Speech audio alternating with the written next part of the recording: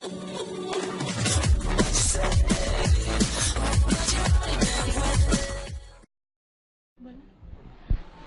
و نصلی علی رسولہ الکریم اما بعد۔ السلام علیکم ورحمۃ اللہ وبرکاتہ۔ میں جامعۃ الصالحات للبنات کڑپا آندھرا پردیش کی معلمہ نجمہ بات کر رہی ہوں۔ آج کل جو اسلام میں 4 شادیوں کا جو مسئلہ چھڑا ہے، ہندو مذہب کے لوگ جو 4 شادیوں کے بارے میں نکتہ چینی کرتے ہیں، کہتے ہیں کہ غلط ہے، عورتوں پر ظلم ہے، تو اس کے سلسلے میں کچھ کہنا چاہتی ہوں، میری رائے کا اظہار کرنا چاہتی ہوں۔ اسلام میں قرآن کی آیت ہے سورہ نساء کی، اللہ تعالیٰ کا ارشاد ہے فَانْكِحُوا مَا طَابَ لَكُم مِّنَ النِّسَاءِ مَثْنَىٰ وَثُلَاثَ وَرُبَاعَ فَإِنْ خِفْتُمْ أَلَّا تَعْدِلُوا فَوَاحِدَةً۔ اس آیت کا ترجمہ یوں آتا ہے، تم عورتوں میں سے ان سے نکاح کرو جن کو تم پسند کرتے ہو، 2 3 یا 4۔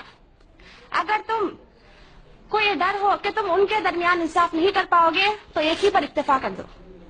تو دیکھیے اس آیت میں اللہ تعالیٰ مسلمان مردوں سے کہہ رہا ہے کہ جو عورتیں تم کو پسند ہو، تم ان میں سے 2 یا 3 یا 4 تک کے تم شادی کرو، تم نکاح کرو۔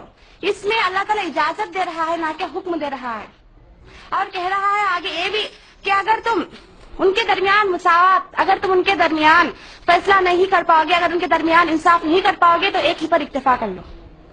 تو ہمارے جو ہندو بھائی جو ہم پر نکتہ چینی کرتے ہیں، کہتے ہیں کہ 4 شادیاں تو عورتوں پر ظلم ہے۔ یہ کس طریقے سے ظلم ہوا؟ یہ ظلم سراسر نہیں ہے۔ میں اس کے بارے میں جو 4 شادیوں کا جو فائدہ ہے تو اس کے بارے میں آپ کو سمجھاتی جاتی ہوں۔ اکثر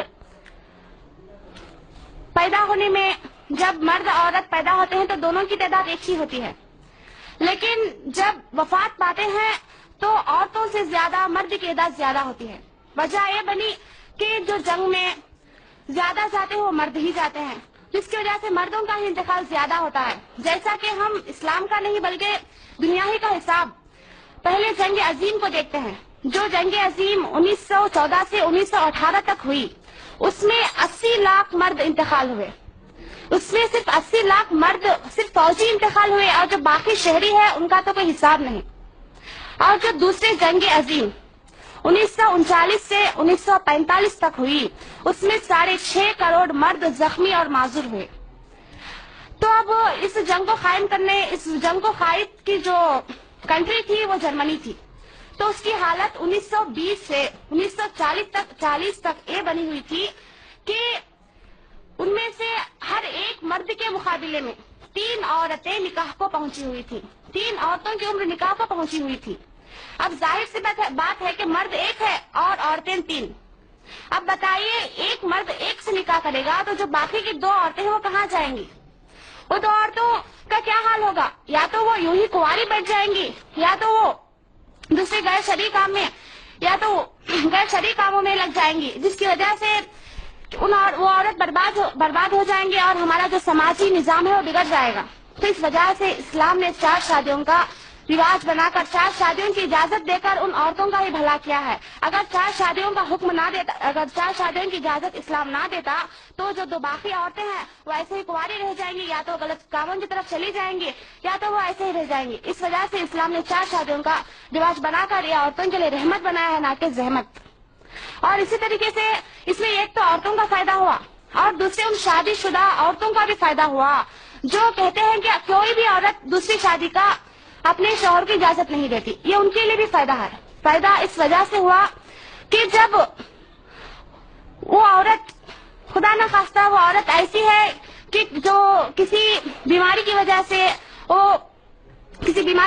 سے کیا اس کو بچہ وغیرہ پیدا نہیں ہوتا، تو مرد کو حق ہے کہ وہ طلاق دے اور دوسرے سے نکاح کرے۔ اب مرد کیا کرے گا؟ طلاق دے گا اور دوسرے سے نکاح کرے گا۔